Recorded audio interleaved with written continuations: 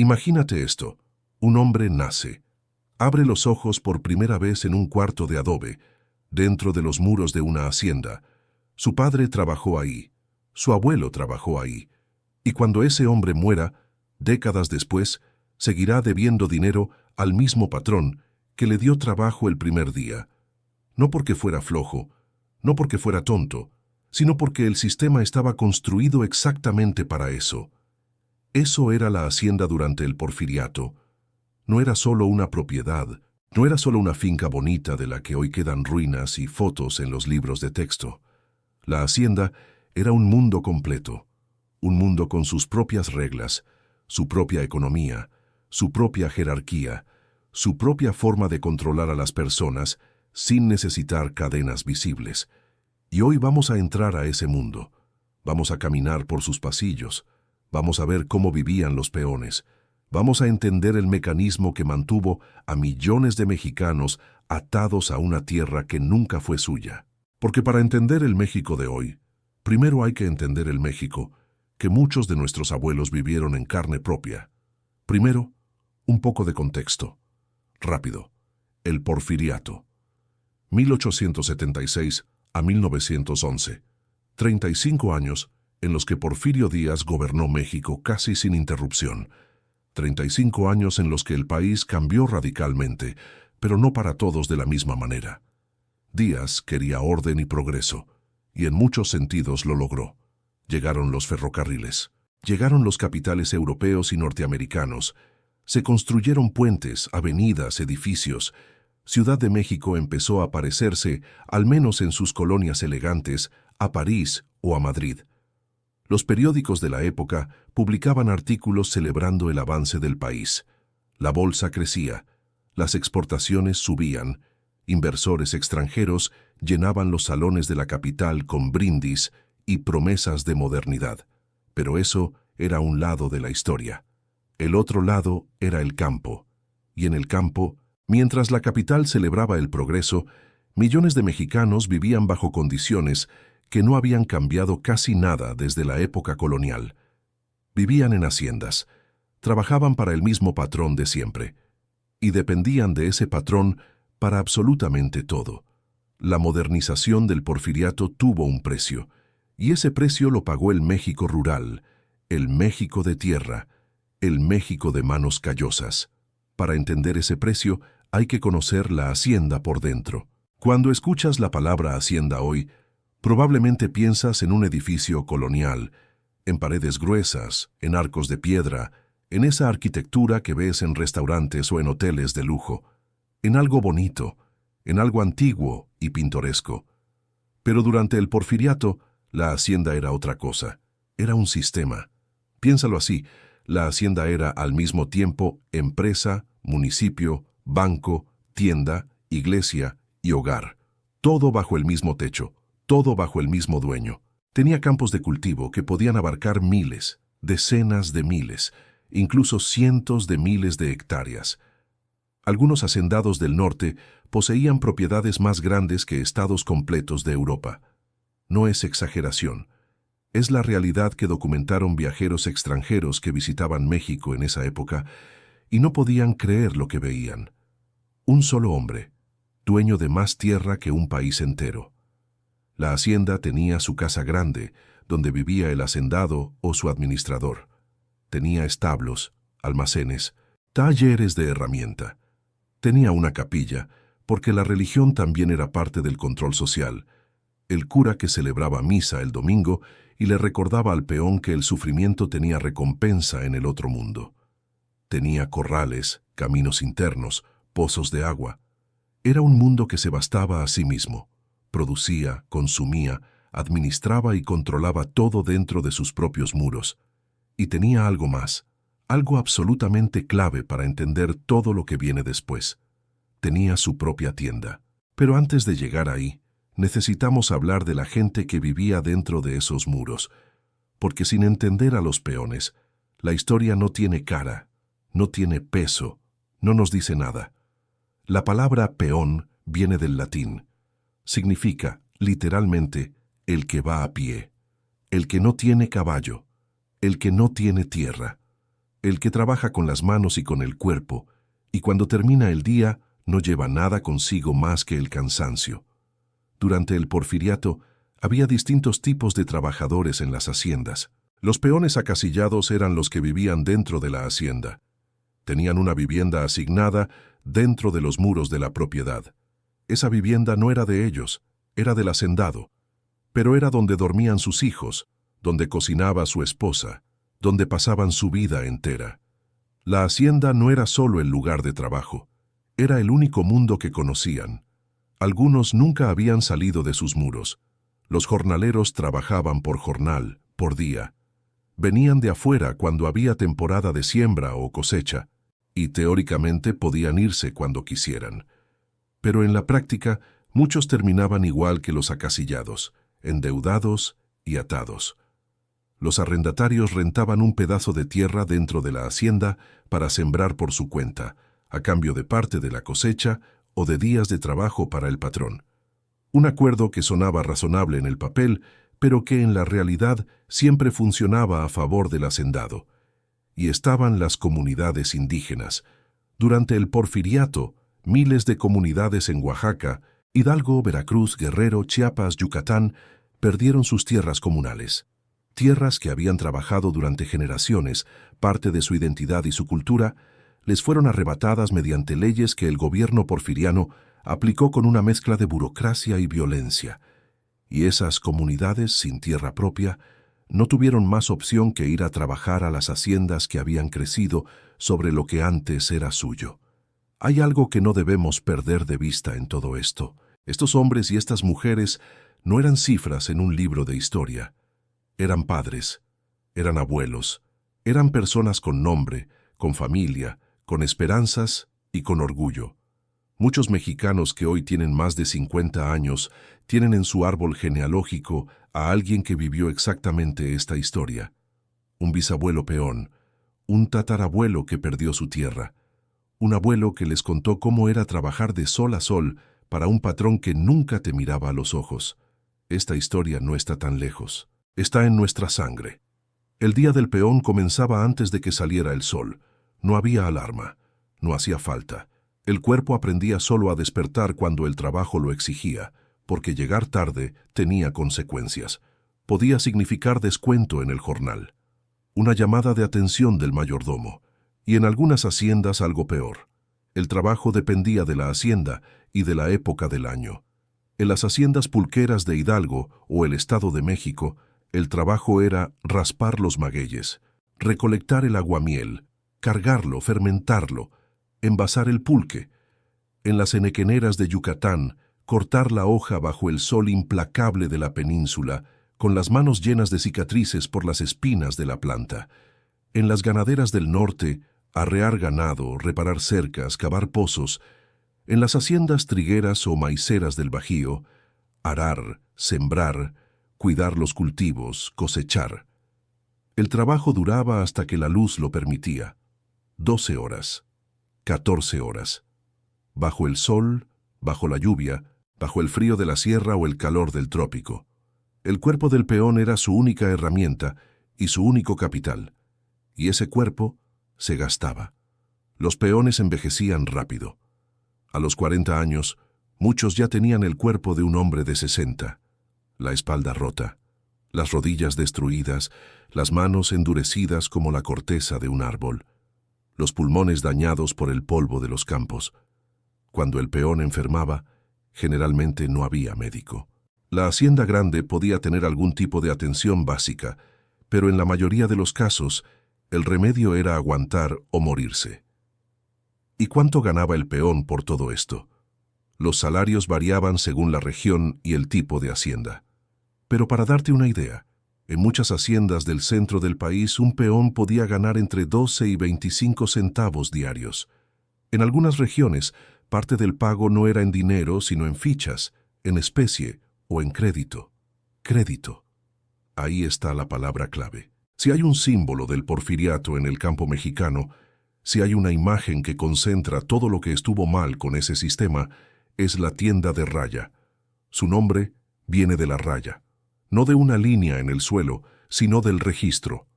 El patrón rayaba, Marcaba en un libro la cantidad que cada peón debía. Era la contabilidad del control, un libro que valía más que cualquier contrato, porque era el único documento que importaba dentro de la hacienda. Funcionaba así. La hacienda tenía su propia tienda dentro de los muros. Ahí se vendían los artículos básicos: maíz, frijol, chile, azúcar, sal, tela para la ropa, herramientas, velas, jabón, todo lo que una familia necesitaba para sobrevivir. El problema era que el peón no siempre cobraba en dinero sonante. A veces cobraba en fichas de metal o en vales de papel que solo podían usarse dentro de la tienda de raya. El dinero que ganaba nunca salía de la hacienda. Entraba por un lado y salía por el otro, sin que el peón pudiera hacer nada con él, que no fuera a comprarle al mismo patrón. Pero eso no era lo peor. Lo peor era el precio. En muchas haciendas, los artículos en la tienda de raya costaban más que en las tiendas de los pueblos cercanos. El hacendado fijaba los precios. No había competencia. No había dónde más ir, especialmente para los peones acasillados que vivían dentro de los muros y que, mientras tuvieran deudas, no podían circular libremente fuera de la propiedad. Así que el peón compraba fiado, a crédito, y ese crédito se anotaba en el libro del patrón. Al final de la semana o del mes, cuando llegaba el día de pago, el administrador sacaba el libro y leía los números. El trabajador ganaba X, debía Y. La diferencia, si había diferencia, era lo que recibía. Y muchas veces no había diferencia. Muchas veces debía más de lo que ganaba. ¿Cómo era posible? Fácil. Cuando el salario es bajo y los precios los fija el mismo patrón, la matemática siempre trabaja en contra del peón. Si un hombre ganaba 20 centavos diarios y una carga de maíz para su familia costaba 25 centavos, ya empezaba el día debiendo. Si tenía hijos que alimentar y vestir, si su esposa necesitaba tela para remendar la ropa, si alguien en la familia estaba enfermo y necesitaba algo de la tienda para recuperarse, la deuda crecía sin parar. El peón no solo trabajaba para comer, trabajaba para pagar lo que ya había comido. Y aquí viene lo más siniestro de todo. La deuda era heredable. Cuando un peón moría, su deuda no desaparecía con él. La deuda pasaba a su viuda, pasaba a sus hijos. El hijo que apenas aprendía a caminar ya nacía con una cuenta pendiente a nombre de su familia en el libro del patrón. Hay registros históricos de haciendas donde los libros de deuda tenían nombres de familias con 3 generaciones trabajando para el mismo dueño. Abuelo, padre, hijo, todos debiendo, todos atados. El cuerpo no tenía cadenas, pero el libro del patrón valía más que cualquier cadena de hierro. Hay una pregunta que siempre surge cuando se habla de las haciendas del Porfiriato. ¿Por qué los peones no se iban? ¿Por qué no buscaban trabajo en otro lado? La respuesta tiene varias capas. Primera, la deuda. En muchos estados existían leyes o prácticas que impedían a un trabajador endeudado abandonar la hacienda sin liquidar lo que debía. Si el peón intentaba irse, el hacendado podía recurrir a las autoridades locales para que lo trajeran de regreso. Y las autoridades locales, en muchas regiones, respondían directa o indirectamente al poder económico del hacendado. El alcalde, el juez de paz, la policía rural, todos dentro del mismo sistema. Segunda, la dependencia material. Si el peón acasillado se iba, perdía su casa. No tenía tierra propia. No tenía capital para empezar de cero. En muchas regiones, escapar de noche con su familia significaba hambre real y frío real, sin refugio ni alimento en el camino. Tercera, el aislamiento. Muchos peones no sabían leer. No tenían acceso a periódicos ni información sobre sus derechos. Lo que sabían del mundo era lo que les decían dentro de la hacienda. El administrador, el mayordomo, el cura de la capilla. El mundo de afuera era desconocido, y lo desconocido da miedo. Cuarta, el miedo concreto. En algunas haciendas, especialmente en el sureste, la violencia era una herramienta de control explícita.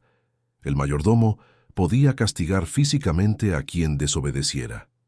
En las haciendas henequeneras de Yucatán, donde se usaba trabajo de deportados, presos y personas engañadas con falsas promesas, Las condiciones eran tan brutales que John Kenneth Turner, un periodista norteamericano que visitó México en 1908 y publicó su libro Barbarous Mexico, las describió con una sola palabra: esclavitud, no como metáfora, como descripción. Pero no todas las haciendas operaban con ese nivel de violencia explícita. En muchas, el control era más sutil, más frío, más burocrático. No necesitaba golpes porque la deuda hacía el trabajo sola. El sistema más eficiente de control no es el que usa la fuerza todo el tiempo. Es el que hace que la persona controle su propio cuerpo porque siente que no tiene otra opción. Y eso es exactamente lo que la tienda de raya y la deuda hereditaria lograban. El peón trabajaba no porque lo obligaran a punta de pistola cada mañana.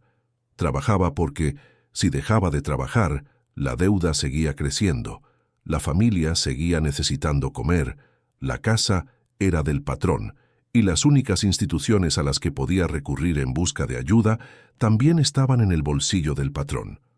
Eso es lo que hace que esta historia sea realmente perturbadora. No el drama visible, sino la arquitectura invisible del encierro. Dentro de la hacienda había una jerarquía. Entenderla es importante, porque explica cómo funcionaba el control día a día, sin que el hacendado necesitara estar presente. En la cima estaba el hacendado, el dueño. A veces vivía en la hacienda, en la casa grande, pero con frecuencia, especialmente en las grandes propiedades, el hacendado era un hombre de ciudad. Vivía en Ciudad de México, en Guadalajara, en Monterrey o incluso en Europa. Manejaba cada hacienda a través de un representante de confianza. Ese representante era el administrador. El que llevaba las cuentas, tomaba las decisiones económicas, fijaba los precios de la tienda de raya y decidía quién podía entrar o salir de la propiedad. Por debajo del administrador estaba el mayordomo. Una figura clave. El mayordomo era el supervisor directo del trabajo. Conocía a cada peón por nombre. Sabía quién trabajaba bien y quién no. Quién debía cuánto. Era la autoridad que los peones veían todos los días. Y era el primero que aplicaba las consecuencias cuando alguien incumplía. Hay algo que vale la pena notar en esta jerarquía. El mayordomo y los capataces muchas veces venían del mismo origen que los peones. Habían nacido en condiciones similares, pero el pequeño privilegio de su posición los convertía en instrumentos del mismo sistema que también los limitaba. Eso pasa en muchos sistemas de poder. Los que están un escalón arriba de los de más abajo a veces son los más duros para controlarlos, porque su propia posición depende de que el sistema siga funcionando.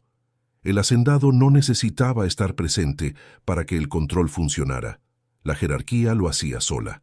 Era una máquina bien engrasada, y cada engrane tenía su función, su pequeña cuota de poder, su pequeño interés en que todo continuara igual.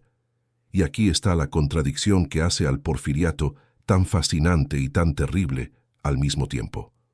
Mientras los peones de Yucatán cortaban enequén bajo el sol, en Ciudad de México se inauguraba el Palacio de Bellas Artes.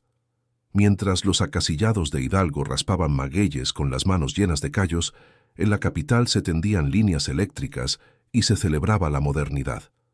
Mientras familias enteras vivían en cuartos de adobe sin piso de cemento, el gobierno publicaba estadísticas de crecimiento económico que causaban admiración en Europa. El progreso existía. Las vías del ferrocarril cruzaron el país. Las exportaciones crecieron. Pero ese progreso no llegó a todos por igual. Los trenes llevaban el enequén de Yucatán al puerto y de ahí a los mercados mundiales. Pero el trabajador que había cortado esas hojas bajo el sol no veía casi nada de esa riqueza. La modernización del porfiriato dependía de mantener bajos los salarios para hacer las exportaciones competitivas, de concentrar la tierra en pocas manos, de preservar el orden social por encima de cualquier otra consideración. Orden y progreso. Ese era el lema. Orden para los de abajo, progreso para los de arriba. Y hay un dato que resume todo esto mejor que cualquier discurso. En 1910, cuando el porfiriato llegaba a su fin, menos del 1% de la población mexicana controlaba más del 90% de las tierras del país. Menos del 1%. más del 90% de la tierra, en un país donde la inmensa mayoría era campesina, en un país donde trabajar la tierra era la única forma de sobrevivir que millones conocían. Alguien se sorprende de lo que vino después. La Revolución Mexicana no comenzó de un día para otro.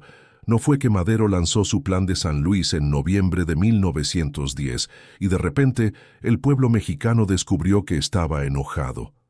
La rabia llevaba décadas cocinándose. Tenía cara de peón con manos callosas. Tenía cara de mujer que hervía agua para cocinar un puño de maíz mientras calculaba cuánto debían a la tienda de raya. Tenía cara de viejo que había trabajado toda su vida y seguía sin poder decir, «Esta tierra es mía». En Morelos, comunidades enteras llevaban generaciones viendo cómo las haciendas azucareras se expandían y les quitaban pedazo a pedazo las tierras que sus abuelos habían trabajado. Comunidades que habían presentado sus títulos coloniales ante los tribunales, que habían pedido justicia por los medios legales y que habían recibido como respuesta el silencio o la burla de funcionarios al servicio de los hacendados. De esas comunidades salió Emiliano Zapata. Zapata no era un hombre iletrado ni un salvaje, como lo pintaban sus enemigos. Era un arriero que conocía perfectamente el sistema que oprimía a su gente. Había intentado el camino legal, había presentado documentos, había pedido audiencias, y cuando entendió que el sistema no iba a darle a su pueblo lo que le pertenecía, eligió otro camino. Tierra y libertad. Dos palabras que resumían siglos de agravio acumulado. La Revolución Mexicana fue muchas cosas al mismo tiempo. Fue una lucha política entre élites, fue una guerra de facciones, fue caos, violencia y muerte. Pero en su raíz más profunda, en lo que la hizo posible y la dotó de fuerza popular, estaba el agravio del campo mexicano. Estaba la tienda de raya, estaba la deuda hereditaria, estaba la tierra concentrada, estaba el hijo que nacía debiendo, estaba la familia que nunca pudo decir, esto es nuestro. Cuando la tierra, el trabajo y la deuda le pertenecen al mismo hombre, y ese hombre es intocable y las leyes lo protegen, la paciencia de un pueblo tiene un límite. México llegó a ese límite en 1910. Quiero que imagines otra vez a ese hombre con el que empezamos. Nació dentro de la hacienda. Sus primeros recuerdos son el sonido de los gallos antes del amanecer, el olor de la tierra recién mojada, la voz del mayordomo dando órdenes. Creció viendo a su padre obedecer. Creció entendiendo, sin que nadie se lo dijera, que había dos clases de personas en el mundo, los que mandan y los que trabajan. A los 10 años ya acompañaba a su padre al campo. A los 15 ya era trabajador formal, con su propio registro en el libro de la tienda de raya. A los 20 se casó con una mujer que también había nacido dentro de esos muros. Tuvieron hijos, trabajó, todos los días, con el cuerpo entero. Y cuando llegaba el día de pago y el administrador sacaba el libro, siempre había algo pendiente. Siempre. A veces era el maíz de la semana anterior. A veces era la tela que su mujer había comprado para hacer ropa a los niños. A veces era una deuda vieja que no recordaba bien de dónde venía, pero que estaba anotada ahí, clara, con su nombre al lado. Pasaron los años, pasaron las décadas. El hombre envejeció. Sus manos ya no aguantaban el mismo ritmo. La espalda le dolía, los ojos le fallaban, y la deuda seguía ahí. Sus hijos ya trabajaban en la misma hacienda, ya tenían sus propias cuentas en el libro del patrón. La rueda seguía girando, exactamente igual que cuando él era niño.